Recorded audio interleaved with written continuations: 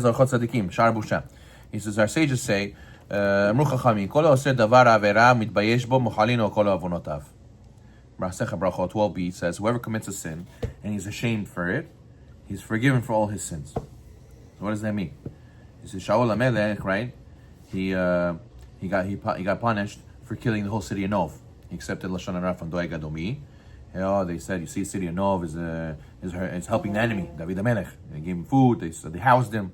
It said they're going against the kingship. Shaul, you have to put your hand down. You have to put the hammer down. Kill them. He said, you're right. Okay, let's go kill them. But later he felt bad for it. He felt shame, right? And because of that, Hashem told him, you're going to have Olam Haba. So see, Hashem forgave him. For killing a whole city of Kohanim, innocent people, you definitely lose your Olam Haba for that. But Shaul HaMelech got forgiven. Why? Because of the shame. The shame here. They say that the Gehenom we know is a fire, right? The Chazal tell us the fire. Rab Zera used to put his hand in the fire to check if he's going to burn Gehenom, because the fire here is 160. Is the fire in Gehenom is 60 times more than the fire here. But it's not physical. Obviously, we're not in a body over there. We're in a soul. Some want to say that the only way to describe the feeling of suffering is similar to fire. It's like a burning sensation, and just like a person feels shame. It's like God forbid, somebody gets pantsed in front of people. You feel this burning shame inside of you, like I can't believe that happened. So that's more of a similar feeling of what Gehinnom is. The shame of the sins that he had, that people are going to see it, and then you're going to be missing out on all those mitzvot. So then that's part of the burning that the person is going to go through. But that's only how some explain it. Okay, and as it says, Boshel Panim leGan Eden, right? Person who has shame, he goes to Gan Eden. The sages say, shame is also connected with faith. Person who wants to keep his faith with people and faith with Hashem, right? Imagine a person, he has a business partner, and his Yitzhar tells him, listen, go embezzle, go steal from some of the money, don't tell anybody, right? He says, but yeah, how am I going to look him in the face afterwards? He's going to tell me where'd the money go. I'm going to lie to his face. He's going to find out it was me. I'm going to lose my face with him, right? As they say by Bukharians, they say, Sovis netu, right? You have no face. How do you have no face? So therefore you see that you want to have faith, good faith with another person, or good faith with Hashem. So how much good faith you have, that's how much shame you'll have. So therefore a person doesn't care about having good faith. He doesn't care to lose a relationship, burn a bridge, so he'll have no shame. A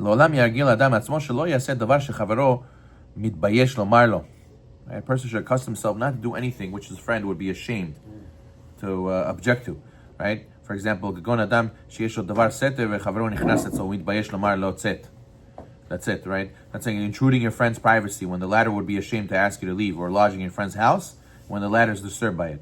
The person has to be careful. Sometimes some people are afraid to say anything to you, and people can take advantage, right? The person is doing with his chair, and the other guy's like, right? But he's ashamed to say something to you. You can't take advantage of that. Okay, if it bothers him, let him say something. No. The person has to know. Sometimes people are ashamed to say, and you always have to be cognizant of if maybe you're bothering other people. Sometimes I'm even using my phone. I'm reading my own mail, and people will come and looking. Okay, who invited you to this conversation? Who invited you to read my mail? Who invited you to read my phone? I'm talking to my wife, or talking to somebody in my family, and they're like sitting there like part of the conversation, okay, what did it do? Like, go step away, like it's not for you, But sometimes you don't say because we're ashamed to say. So therefore a person has to be careful not to impose himself on others. Person has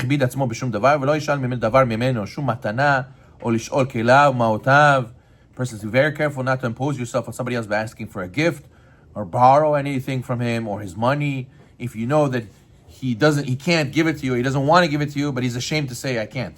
He's ashamed to say I don't want to. So it happens you make a party and you go to the guy, no, so where's your convert? Do you give convert? He's like, yeah, sure, yeah. He goes, but he didn't really want to give. He didn't really want to come, and you're like forcing him, sort of, right? Or you ask him, yeah, you could spot me a few dollars?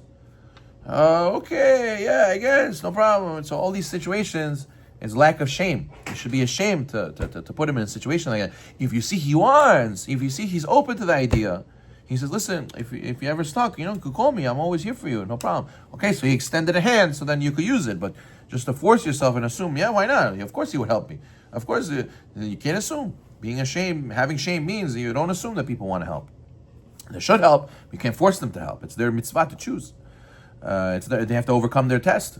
About this, the sages say, Al tohav mibnei adam, ela mi shemar'e atzmo she'en yachol la'amod bilti ezratecha. ואף על פי שאתה צריך לעזרתו, יותר ממה שהוא צריך לעזרתך, אם תחטא לו, הוא ימחל לך ויראה עצמו כאילו הוא חוטא. Love only the man who gives the impression that he cannot get along with you, though you need him more than he needs you. And if you offend him, he will forgive you and make it seem as if he was the offender, and will ask you things he does not need, so you will not be ashamed to ask of him. Meaning you have to be dealing with people who are very giving and very forgiving and very easygoing. Because if you constantly, tick off a person by imposing yourself on them, it's a tremendous judgment on you. So therefore, a person has to always sit with people who also have shame. Okay? ויש מבייש את חברו ולא בשביל שהוא שונא לו, אלא בשביל לסלק בשתו. What happens is sometimes a person shames his friend to remove his own shame, right? So the guy, what happens? Classic, a bunch of group of friends. So one guy gets made fun of, right? Oh, hey, look at this. You want me to buy you lunch? You hungry already? You're making fun of how big he is. So then what does he do? He says, what are you laughing about? You cross-eyed, whatever, 4 eyes, He goes and he starts insulting the other guy. Why?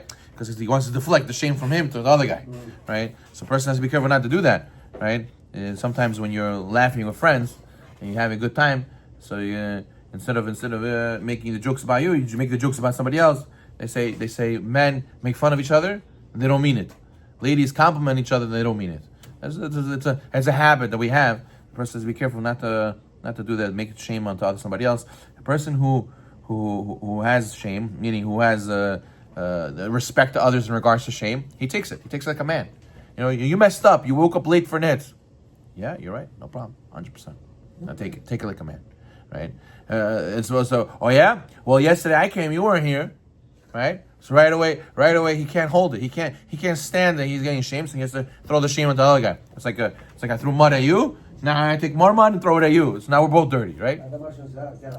Right. So therefore he says that what are you hurting somebody else for your own benefit, and you're falsely removing your own shame, because at the end of the day, what you messed up. You can't fix it. Why? Just because the other guy messed up too, so now what you did is okay? You're pretending, you're tricking yourself to think, I shouldn't have any shame, I shouldn't feel any shame. What are you doing? So therefore he says that a person should know not to do this kind of behavior. One more thing. He says, יש מתבייש אם נמנע מעבירות, כגון שנהגו אנשי עירו בעבירות ידועות. כגון להסתכל בנשים כיוצא בזה משאר העבירות. He says there's some people who feel shame by holding back from sins when his fellow townspeople accustom themselves to commit them. What happens? You have a bunch of people who they come, let's go to this place. He said, no, Shmir Einayim, I can't go there. You're one of those. These fanatics. Oh, I'm sorry, Mr. Babasali, you can't go and do these things. You're so holy, you're not for us, all of a sudden, right? So what does he do? They're shaming him into doing averot. He's right for having the shame of doing those sins. And they're breaking his shame and saying, no, you should be ashamed that you're not doing those sins. Like, oh, we don't have shame. You also shouldn't have shame, right? And he says that a person has to be careful to not hang out with those people. In that situation, tzarich chazek lizbol abusha. That's where you have to be azpanim. You have to be bold-faced, which I mean, yeah, I'm a pretend Baba Saleh, no problem. I'm shoteh, yeah, no problem. I'm a crazy, I'm a fanatic, yeah, no problem.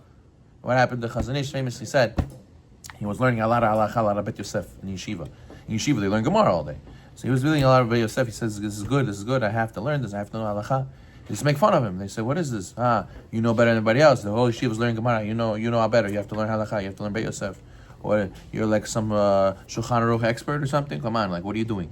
So these make fun of him. He said, you know what? Yeah, no problem. I'm shoteh, yeah. Let's see where I come out. Let's see where you come out. He says, they know my name today. They don't know their name. They don't know where they are today. So you see that you have to be strong. You can't give in to just so that let them talk. So it's better they should call you shoteh 1 minute here, all your life here, than to be shoteh 1 minute over there. You got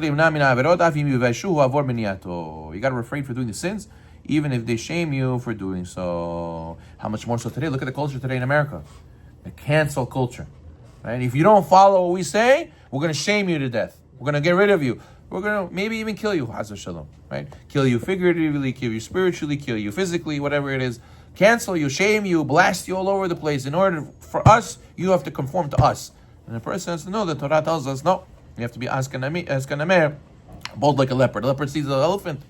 The leopard still is going to fight, no matter what. Why? Because that's what he stands for. Baruch Na'olam.